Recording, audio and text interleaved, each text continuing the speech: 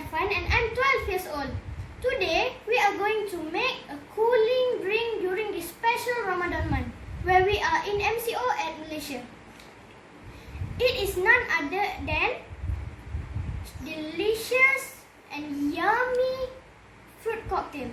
The required ingredients are evaporated creamer, ice cream soda, rambutan and pineapple, lychees in syrup, nata de coco, and mini pudding, which is mango flavor. Now we are going to start mixing all together. First, we're going to pour the evaporated creamer. After that, ice cream soda.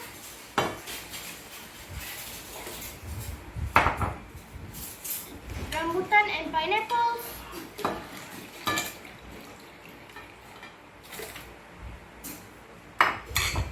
Lychees.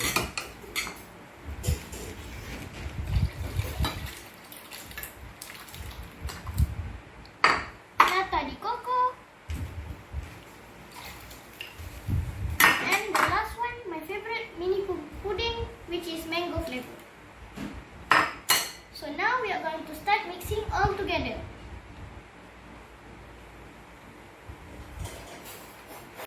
Now it's ready to serve. Look really delicious. Selamat berbuka everyone.